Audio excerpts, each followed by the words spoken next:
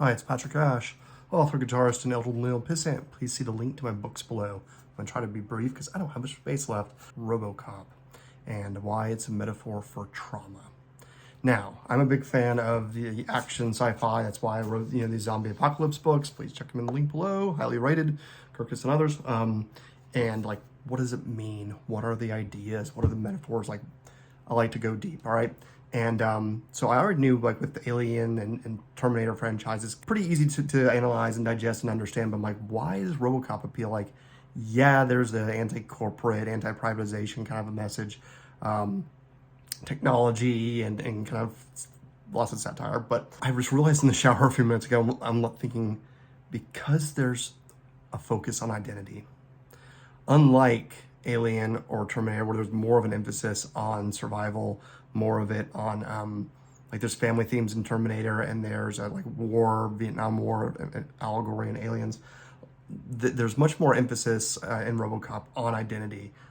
This is for people who've already seen it, and I'm not going to go so much into like the so-called Christian allegory. I know people read that into it because he's resurrected, and there's a shot where it looks like he's walking in water, blah blah blah. I can see that, but I don't think that's the real point, because when he dies, unlike so many other resurrection type stories that you see, like Harry Potter, for instance, where someone comes back to life, they come back stronger, they kind of are redeemed in a sense. When Robocop comes back to life, because he dies a very brutal, horrific death, if you've seen it, especially the director's cut, he feels broken. And you know it, even if he's going through the motions, quite literally.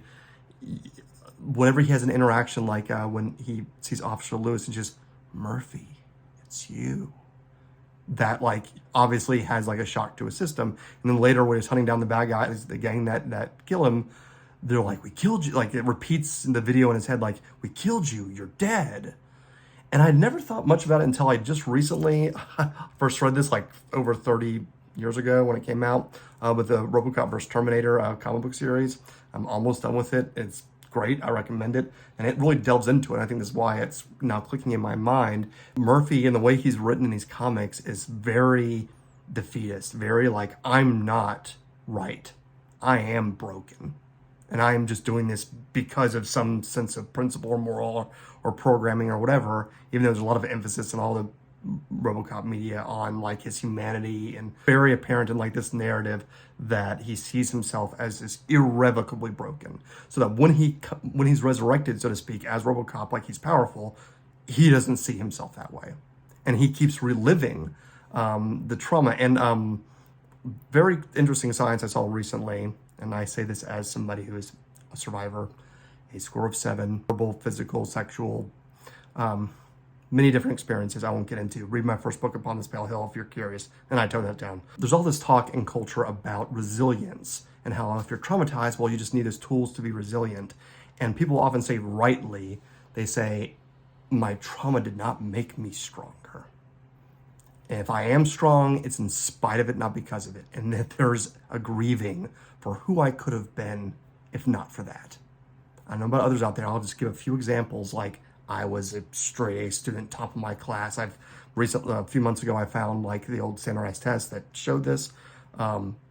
Grades plummeted after a period of about 2 years of regular abuse, PTSD and all that. So it's like, I am not the same person. And I think many survivors would say similar things.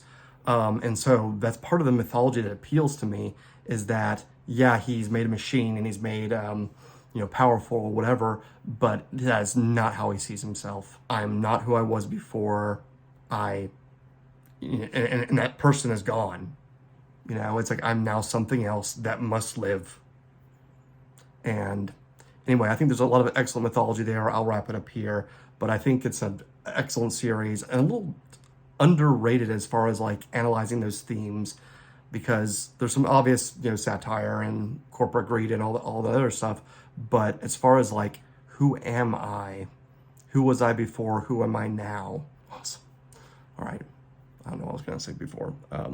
So yeah, check out my books. See ya.